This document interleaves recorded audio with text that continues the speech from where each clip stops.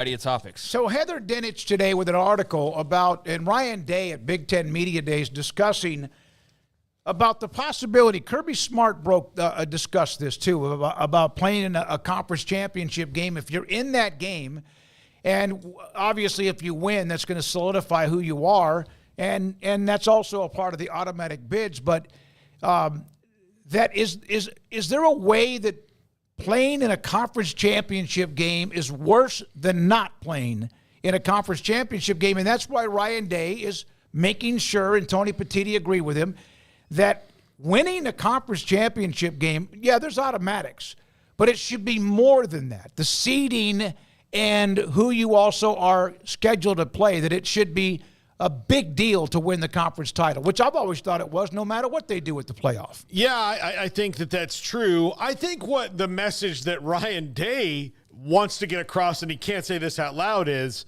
it's more important for us to win the conference championship than it is for us to beat Michigan, especially now.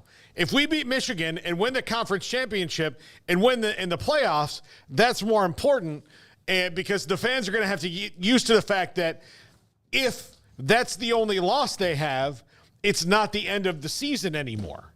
And that's the thing that Ohio State fans are going to have to get used to, or fans of any big rival. And it does take a little bit of the sauce off it in one way, but it's a good thing in the long run that, look, you can still overcome those things. So, yeah, I think conference championship, especially getting that bye, will be really, really important. And then when they find a way to play home games in the second round too, it'll be that much more important, because I do think that'll happen eventually.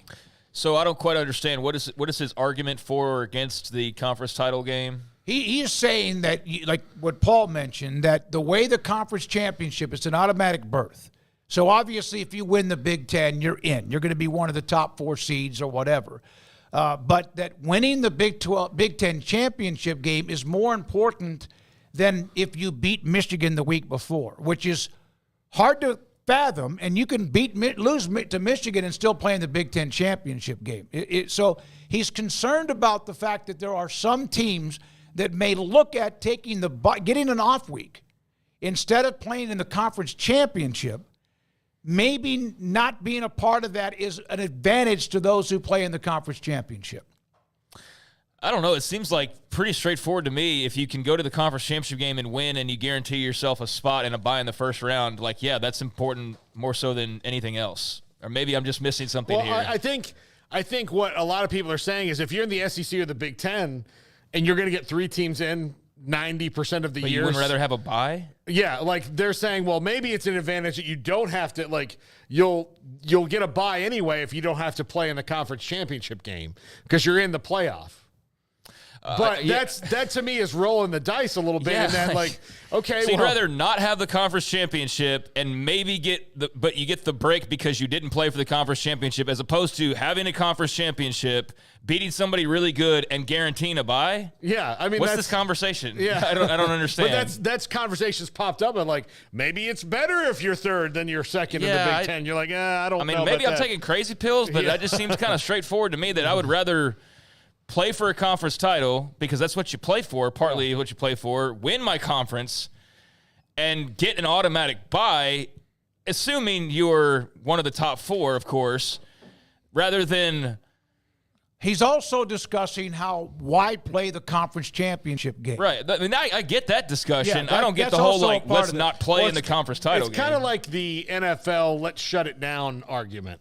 You know. Yeah, I think playing for the stuff you get way more guaranteed. Yeah. What he's saying is that there's ways that there could still be a little bit of a fun, like there's a loophole if you're not a part of the conference championship game, might be an advantage.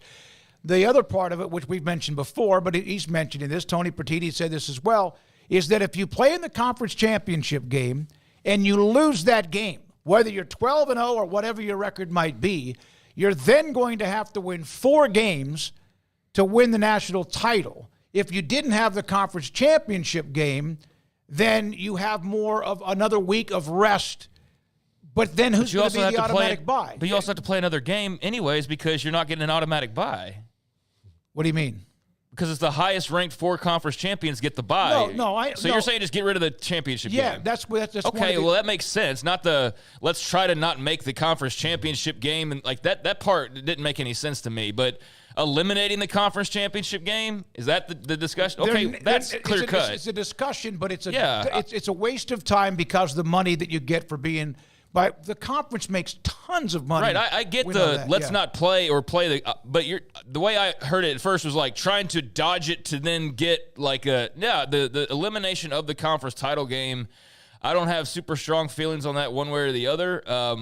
I understand where some of the conversation is coming from. I think that's a pretty big game for every league that you'd suddenly be taken off of TV. I don't know how much that the partners would love that, but they all have to have these conversations, and I know that's one of those elements that has been bandied about as far as does it have a place in the future or not. So, I guess that conversation continues on, and I'm glad I could finally understand kind of where he was coming from. Kirby Smart mentioned last week, and he mentioned this even a month or two ago, that if you are the conference champion runner-up, that it would be better to be the third-place team in the conference and not play in the conference championship game.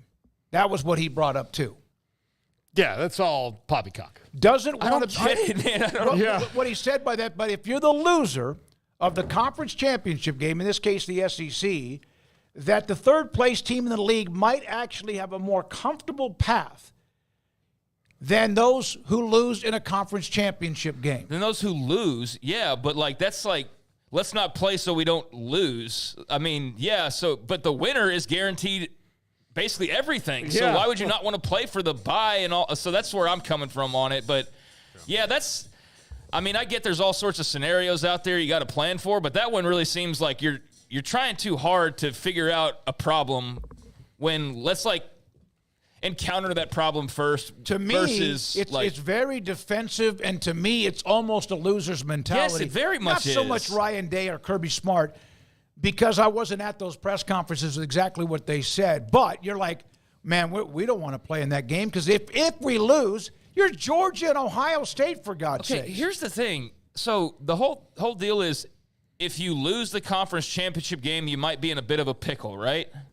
Mm-hmm. Then win the conference championship game. Like, what the hell are we talking about? If you play in the conference championship game or not, you're going to play one more game than everybody else other than those who don't make it, but you're going to get a chance to have one less game if you win that game. That's the thing. That's the trade-off. Yeah. Like, win your games. I mean, there's cost for losing. So if you get to the conference championship game, you're really good. You probably have a spot in the playoff as an at-large. Sorry you have to play the first-round game, but you didn't win the game to get the bye. So if you don't have a conference championship game, which is one of the arguments, that's even stupid to bring it up because that's never going to happen. But that's clear cut because then you could say, all right, well, we avoid the risk of maybe not having 4 teams in because we self-protect. Alabama doesn't beat Georgia and give them a third loss and suddenly they're not. I mean, I know that would not happen, but they'd be in with 4 probably. But they'd sneak ahead of Florida State. Probably, yeah. They'd be ahead of the Big 12 number 2 team in most cases, and that's somewhat tongue-in-cheek, but not really. But yeah, it seems pretty clear-cut to me. If you're scared about the conference championship ramifications, I can get into the conversation about eliminating it entirely, but the spinoff conversation about losing and how that can screw you over, well, I'm sorry, but that's what comes with losing games like that. That's the alternative to not winning the game. And so, yeah, I feel like now teams are so self-insulating every loss and it just feels like we're getting to a point where the Ohio States are going to soon be justifying how 5 losses is but that's kind of where it is. Okay. The Dundees, I think what he's also saying, if you are, let's say you have 3 10-2 teams in a conference. Okay. Third place team is basically locked into the playoffs. Whereas the team that loses in a conference championship game could knock themselves out. Okay, that's a very fair argument. By playing that extra game. I'll give you an example. But the very first year of the Big 12, Nebraska lost to Arizona State in 96. They were 2-time defending national champions, but they lost that game. Then ran the table. Then they played what was a heavy underdog in Texas who had James Brown and won the game, stunned the world. They won the Big 12. Nebraska was knocked out of the national championship game. It's happened before. They aren't the only one, but that's when they started playing. I think the SEC already had theirs for 2 or 3 years prior to that, but that was the example. And Osborne brought that up, is that by playing a conference championship game back then when there was no playoff, you're risking the chance a team that is ranked 1, 2, or whatever in the country of losing the game and not playing for the national title. Well, I would think what happened to Kansas State in in 98. Yeah, I don't think that's going to be an issue anymore with the 12-team playoff. No, that's what I'm saying. And look, if the team that's second in your conference is like that Texas team that had, 3 losses? 4 maybe. I mean, they were not. They were like, it was not a banner year until that moment. They got hot at the end. Until that fourth down, it was not a banner year. They won the game by 10 points. No, it wasn't but like they won by a kick. No, but that fourth down changed the perception of the year, because at the beginning of that year, that was the first time that when you took a sip of Makovic juice, you were like, Texas fans wanted him gone, and then they beat Nebraska and reprieved him for a year, and then eventually Mac Brown comes in. Let's get back to now. But in that, my point being, in that situation, Texas wouldn't have, if it was a 12-team playoff then, Texas's only hope would have been to win that game. They wouldn't be mad about playing it either. All right, there's no divisions. So the 2 teams playing aren't going to be 5-loss teams in one. It's not going to be like the Eastern Division champ where the Eastern Division sucks and that team has 3 losses and they're these are going to be unbeaten or 1 loss. They're fortunate that it's not the Big Ten where like Ohio State, Penn State, and Michigan are all grouped together, and that way Iowa gets to go and play. And I'm not trying to single them out, but we see that where you don't see the 2 best necessarily playing in the divisions. Right. So there's no divisions. You might have so 3 teams in the other divisions. So the odds of it being a 3 or 4 loss team is very low to begin with. Right. Texas was 8. They were 8-5 that year. I get where he's coming from, but to me, it seems if you are one of those teams that I don't know how you even get into that game to begin with, because it's the top 2 ranked teams. Yeah, I'm still. It's going to be interesting to see what happens if you do end up. And I know we say this and it never happens, but if you do end up with 3 teams that are 12-0. Yeah, I mean in a conference. I think you're getting in, but I don't think the team that loses is getting knocked out. No, I mean, not at all. That's what he's worried about, though. Is all right. So last week the SEC and Greg Sankey and coaches were, even Nick Saban was talking about the number of teams in the SEC that should or probably will be a part of the 12-team playoff. Matt Rhule today, Nebraska football coach. I think 4 teams from this league, the Big Ten, should get into the college football playoff every year. This is the best league. This is the NFL. Hold on. This is the NFL of college football in my mind. We stretch from coast to coast in different time zones. Oh, my God. The first 5 things I wanted to say to Matt would not be something I would normally say to a friend. But, God, no, Matt, no. Stop.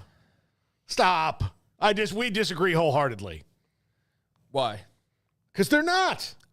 I mean, well, what if they are? What if they are that year? If they are that year, that's not what he said. No, he said 4 every year. 4 every year. So 12 teams, a group of 5, Big 12 and ACC, and then 4 from the SEC and 4 from the Big Ten minimum. That's Stop. what they're. Yeah. No. Look, here's the deal, guys. Let's just cut through the noise and all the guy's doing what is going to benefit him, and he's not doing anything but that. And just like a Big 12 coach would probably say, we deserve 3 or 4 teams every year. Now, they can't really say that because they're not viewed the same way. But if anybody from the SEC says that, nobody's going to bat an eye. Shoot, some of them already said it.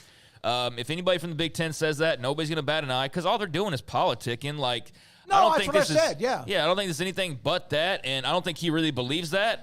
But he has to say that because odds are that's what's going to get him in the playoff one of these years is having 4 automatic spots or something close to that. So, yeah, I mean, that's nothing more than just wanting what's best for you and not really worrying about the Big 12 or the ACC or the SEC or anybody else for that matter. You're politicking for your party, and that's all that Matt Rhule's doing. And, I mean, I think he's full of it in that case because I don't think every year the Big 10 will deserve 4 teams.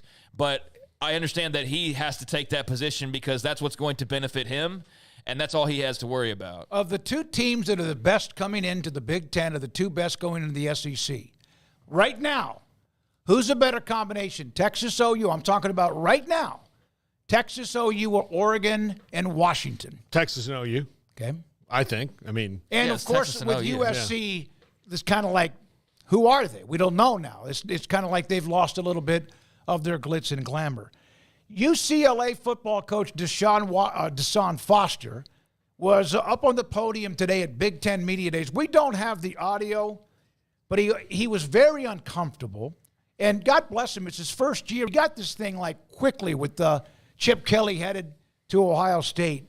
His opening statement, I'm sure you don't know much about our football program. We're in L.A. It's us and USC. I'm basically excited. Any questions? He was very, very, very nervous. I don't think he knew he had to make an opening statement. No, it reminded me of when I was at Stephen F. Austin my first year. I was a junior there, and I had to get in front of a class and do a speech, and I was petrified.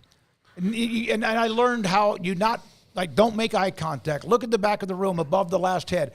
But he was obviously unprepared to have to make an opening statement. That's too bad. But it was kind of an awkward situation with him. Yeah. I don't think he did. He also threw out that, like, we've got 110 championships. And, I mean, the first thing I thought was, like, how many of those 110 are in the sport that you coach? You know, that UCLA is one of those schools who's going to throw that out there a lot, which is fine. We wouldn't be as badass as we are in the Olympics without UCLA. Yeah. Bottom line, it's great, but, you know, when you're talking about your specific sport, you can't – John Wooden never threw a touchdown pass. So, you know, maybe – Neither did the hundreds and hundreds of Olympians that they've had. Yeah. Mark Spitz didn't tackle anybody. I felt bad for him. He was not prepared for that or did not know exactly what he needed to do. But I wish him the best. Remember the poll we put up, the preseason from Cleveland.com? They were 15th, and that took my breath away. It was like 15 UCLA, but they're in a transition year. Yeah, I mean, I don't really know what UCLA's done either to make you not figure they were going to beat. Yeah. I mean, who else he put in that? Rutgers isn't a kick them to the side team anymore. Phil Steele mentions that their schedule, UCLA, compared to how it was very easy based on strength of schedule last year compared to this year's schedule for them is going to be very difficult. Let's put it this way. They're not a powerhouse traditionally anyways. No. They have one national title. It was in the 50s. And so, you know, it's not as though they've been hanging banners with regularity to begin with. They're in a new conference. There's a lot of new going on. They have a new head coach. I don't think they have a lot proven in terms of their talent level at the biggest spots. I think you're still kind of feeling that out a little bit. So, I mean, where else are you going to put them? You're not going to put them in the upper half just based off reputation, especially with all of those new things. So I get where you're coming from, but I don't know. Like, I would have been more shocked to see any of the other three teams that low. UCLA, I just kind of assume that, they're going to be towards the bottom for starters because you look around and who are you not taking over them at this point? And you would have said maybe at one point in time it would have been Rutgers, but not this year. You know, are you taking them over Iowa? No. Nebraska? No, not right now.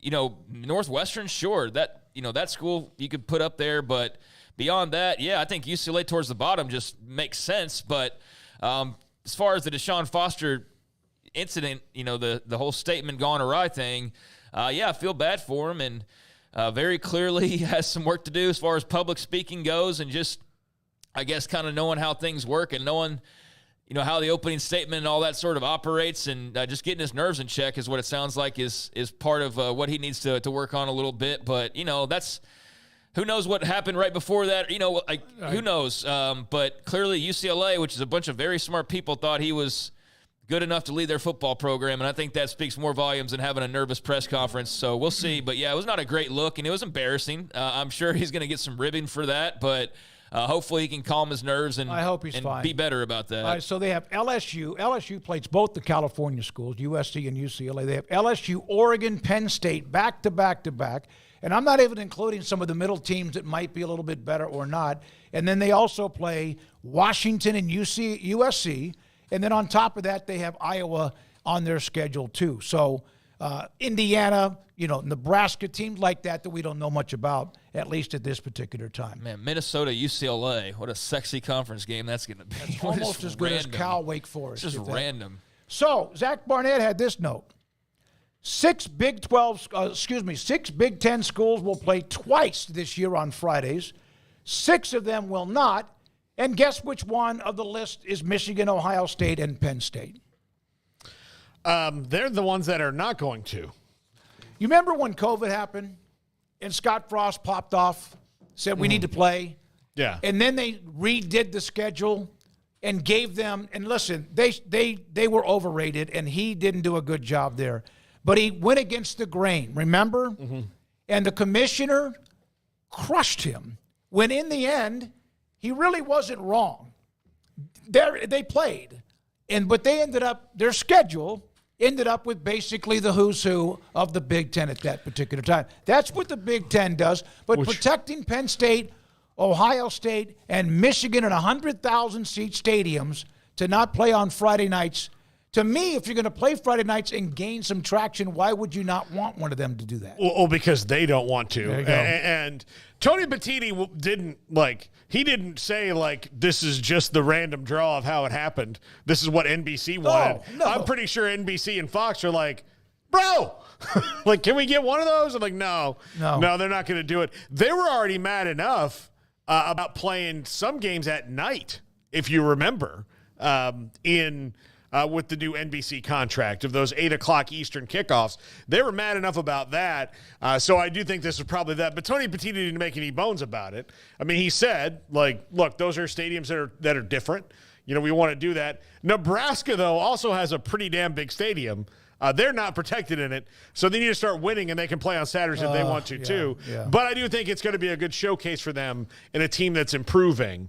It helps if they're better and they win games, and people can see it because it's the only game. Yeah. So I think that's good. But yeah, at least to Tony Bettini's credit, he didn't give what would have been the Kevin Warren answer of oh, is it? It was an algorithm. We didn't know. I didn't even know. Yeah. Well, that's weird. All right, we'll talk about that never. Yeah, I mean, I can respect just being straightforward about what the logical choice is, but I also think it's kind of BS if you're the rest of the league that 3 schools get protected and don't have to play on Fridays while everybody else is subject to it. There's actually 6 schools, but they're the three of the But they're the 3 that are protected.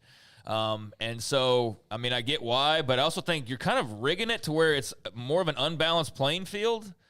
How do others have to deal with that, but Ohio State and Michigan and Penn State don't ever have to deal with that just seems like a bit of an unfair advantage, no? Based on good history. Mm-hmm. So you don't even have a totally balanced schedule in your league because you're giving 3 teams specifically a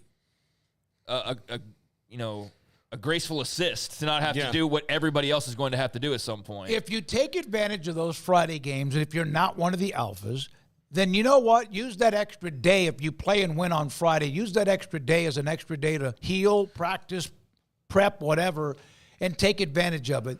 6 teams are not a part of it, and 3 of them are their 3 biggest stadiums. Yeah, I think, what you said makes sense, but they're very clearly doing that intentionally.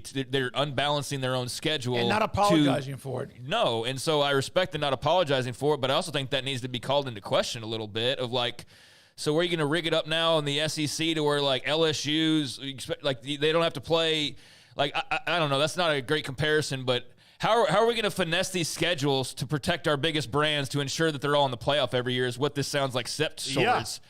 And that's what I have an issue with. Okay. Mm-hmm. So I know in the SEC it'd be harder to do that because you couldn't really have just that specific traditional group of 3. But that sounds exactly what they're massaging the schedule, giving more of a benefit to the bigger schools that have the better chance to get into the playoff to begin with. And I just feel like that's not what we're supposed to be doing with this whole thing. Here's a quote. The Big Ten's Big 3 won't play on Friday games. Look, there are just traditional places that want to play more on Saturday. We understand and respect that. You mean to tell me Nebraska's still not a traditional place? That's a BS quote, man. It has an amazing run. I get it that Oregon, Washington, USC, and UCLA's not in this because they're home. It's hard for them to have a home field advantage and, as big as the Rose Bowl is. But Oregon, Washington, USC, shouldn't they feel the same way? And now they've played a lot of Thursday and Friday games, so they're tougher about it. Here's another thing, though. Here's another thing about it. Forget about who's in it and not. Yeah. Here are the games. Illinois at Nebraska, they're right next to each other, basically. Mm-hmm. Washington at Rutgers, cross country. Mm-hmm. Michigan State at Oregon, half across country. Northwestern, Maryland, that's somewhat close. Oregon at Purdue. Rutgers at USC. Iowa at UCLA at Washington. That's a same time zone. And then Purdue plays at Michigan State, which is pretty much in the same neighborhood. So there's like 3 or 4 East Coast to West Coast or vice versa type matchups. Yeah, I mean, I'm not even really worried about that. I'm looking more at like Michigan State plays twice on Fridays, but their rivals say, "Oh, well, we can't do that because our stadiums are packed on Saturday." Like that's a bullish, made up. I told you not to ever cuss. I mean that just if I'm Michigan State, I'm playing twice on Fridays. Like, did I just join this league? Yeah. Like, do I not have any cachet that's whatsoever? Exactly. Then they said that to some of the originals. So again, you're Petiti, and you are rigging your schedule to benefit your 3 biggest brands and intentionally hurting others a little bit more, but you don't care as much about them because they're not your 3 biggest brands, even though they've been around for a while. But what about them playing on the road in not their stadiums, like someone that's got 70,000 instead? Why couldn't they have done that? I mean, they could have, but that's not what he's. I get what you're saying, but that's why it's BS. His whole situation here. So yeah, if I'm anybody else in the Big Ten, I'm pushing back on that. I'm having a big problem with that. And if I'm anybody else across the country, there's not much you can do about it. But I'm definitely raising an eyebrow at that, going, wait a second. And I'm sure there's not somebody far behind who's trying to figure out how can we massage this to where we protect Alabama and Georgia and LSU from having to play on weeknights, but sorry, Vandy, you're playing on Thursdays twice, and that's what that is, and that just doesn't seem right in my opinion. But we'll see what the other schools have to say about that. Why I included it in our Smoak Stack here to open up the show. Now, a couple other notes. Texas Tech, we've shown some of the stadiums. By the way, there's a Houston fan that reached out to us and told Joseph Duarte the next time we have somebody on to make sure we tell all of the improvements that Houston's done with their stadium. We showed the scoreboard yesterday. There was much more. I didn't go down a laundry list. He and I went back and forth, and I realized he loves us, listens to us on a drive home every basically day. I hope he's out listening now. But he was asking about making sure that we understood there was much more than the scoreboard. We knew that. I just brought up the picture because of that. Here's Texas Tech. Joey McGuire throwing these out there today. There's the new scoreboard. And I know much more because on the other side you have the suites and all of what they've built on either side of that stadium. And, of course, even Joey has talked about the football ops and more. Where can I get my tortillas? That's what I want to know. Back there in the I think corner. that's kind of overblown at this point. I don't think they do that anymore, like they don't burn couches in Morgantown. Yeah, like it's just kind of stayed around, but I don't think that's really I wish they would. I had no problem with it. Yeah, I mean, I think there's still some that it's just not like what it was in 2003. Yeah. It's like the Morgantown couch burning. It's like everybody still acts as though there's tortillas flying, and it's not like that any longer and hasn't been for a while, although I'm more than open to being corrected by some Texas Tech fans out there. But, I mean, that looks really sharp. They've been promoting the hell out of it.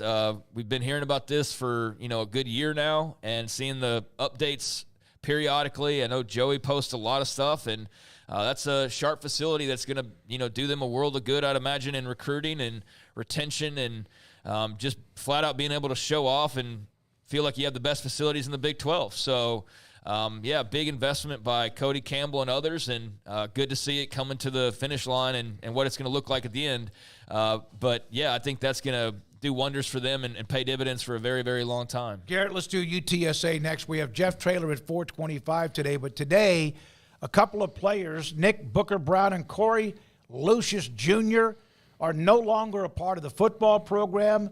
Vice President of Intercollegiate Athletics, Dr. Lisa Campos, and also Jeff Traylor, the football coach, releasing this conduct for all of our student athletes. We have high expectations. We will never compromise on those expectations. We are looking forward to the start of preseason practice on July 31st with an excellent group of young men in our program. Those two guys were involved in aggravated assault, and they are gone. Robbery. Well, I'm sorry. Aggravated robbery. Yeah. Still, either one's bad, but aggravated robbery, they have been dismissed. No questions asked. Move on. It won't be a distraction moving forward. Yeah. Well, this was coming. I remember hearing about this last month, and you just kind of like schools have to wait until they hear the facts of it because you could move them away from the team, but before you make your decision. But this was coming. dumb games, dumb prizes, aggravated robbery. Yeah, you're out of here. I don't care what the circumstances are. And if there's something else to that, then the courts can decide that. It's not for Jeff Traylor and UTSA football to be judge and jury. So take it out of their hands and go ahead and remove those guys. And that's just dumb-ish right there. That's just dumb. So I don't know. I say hope you learn from it, but if you go get 15, 20 years in prison, I don't know. I don't know what awaits those guys, but I'll hope that they were innocent. This was all a big misunderstanding. If not, then justice will play its part. But that's a no-brainer from UTSA's point of view. They can be found to be in the end innocent, sure, but there's going to be at least something that led to being accused and arrested for aggravated robbery. So you would think that there's something involved there. Now, by the way, going back to the Big Ten just real quick, though, you wouldn't have the Friday night problem of, who's playing what and all this. And to Paul's point, then Ohio State can go to somewhere else and play, but I imagine that won't happen either. But this is what happens when you have an 18-team league and only so many TV spots. Yeah. Even if you are the conference that has a deal with practically everybody channel-wise, which they've got, as many options, second to only the NFL, I think, in terms of, a league or an organization and their television partners. The Big Ten has as many as anybody other than the NFL. But, that's a byproduct, too, of, you got to put games somewhere. So, you're going to have to play Oregon and UCLA on a Friday night in Eugene, because that's the only place to put it where it's going to get television, on certain weekends. So, that's a problem you created yourself. I just wanted to add that to our previous discussion. Glad you did. Somebody asked, is the SEC playing any games other than Saturdays? In fact, the opening weekend, Arkansas, Missouri, and Oklahoma are playing 2 Thursday night games and also a Friday night game. Yeah. So I don't know about interconference games. I'm sure that also is a possibility because, as you said, 16, 17, 18 teams, man, there's only so many spots no matter how gigantically good you are when it comes to numbers and revenue. And I'm sure there's an algorithm or a formula that comes up, or the TV networks themselves decide they want Oklahoma to play on a non-Saturday. And that makes sense because Oklahoma's a draw. But the way the Big Ten did it, they eliminated 3 of their biggest draws and took them away from consideration. And I just think that if you were to do that and you're say hey, Oklahoma and Texas and Florida and LSU, you guys, we're going to have to play on a Thursday on occasion. You're going to have to play on a Friday.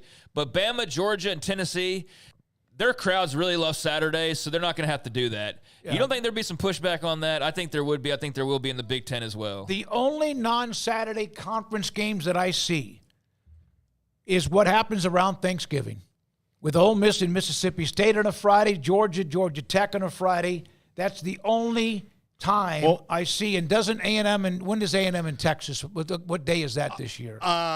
It's Friday or Saturday. It might be Friday, but that's the only Southeast SEC other than the opening weekend with those 3 non-conference games that I see that's not all Saturdays every weekend from the start. I will tell you the difference though. If the SEC decided they had to play games on Friday night, they would act like it was totally their idea, and they're going to SEC Texas Friday. and A&M is on a Saturday. Bro. Yeah, okay. They would pump that up, and then if somebody like Alabama said, "Well, we don't want to play on a Friday," they'd be like, "Look, guys, everybody's going to play on a Friday. We'll rotate it through. Just shut up about it." I still think they would be pissed. They would be pissed, but you wouldn't hear it wouldn't be one of those things like, Mississippi State going 3 Friday games. Are you kidding me? Yeah. What's going on here? Yep. All right. So we've got Aston Gente just around the corner. I think that's pretty much everything. Oh, let's go to the Florida high school football note from our good friend Darren Heitner. High school players, athletes in Florida can now sign NIL deals.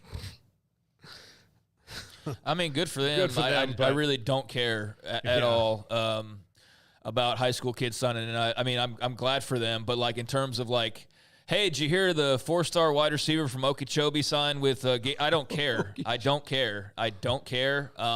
This is all just to recruit more and more and more. Now, if the business side of it, hey, if Gatorade wants to sign some 17-year-old track star in Miami, that's awesome. Good for them. I think that's Trayvon Bromell or someone like that. I mean, whoever. Yeah. Left it vague on purpose. Whoever would fit that bill or whatever sport you want to fill in the blanks there, that's all great. But I know in Texas and I know other places, the recruiting, and for all these people that love tradition and love, keeping it pure and innocent, they sure do go grab guys from small towns and bring them to big 6As in Dallas a whole heck of a lot. That happens constantly. It happens in Waco, too. Yeah, it happens everywhere. Yes, I'm leaving it vague intentionally because you can just fill in the blanks. But yes, San Antonio, Houston, Waco, wherever. But yeah, this is great for the athletes, but I just know this is going to lead to some of that recruiting and things like that and just more of the messiness of NIL that I just don't care that much about. So, I think that's something that will certainly benefit some people who deserve it to promote their name, image, and likeness and earn money off of it. But I hate that the adults are going to, find a way to also use that to their advantage as well. All right, we've got a rapid succession of guests coming up here with Ashton Gente. Let's break here and try to stay on time. There is the note that the Olympic Games have started, and there was an amazingly controversial game earlier today between Argentina and Morocco. We'll get to that later in the show. Also, the United States is right now playing France and down, the last I saw, 2-0 in their group of that opening game against France, the home team. When we come back, we'll hear from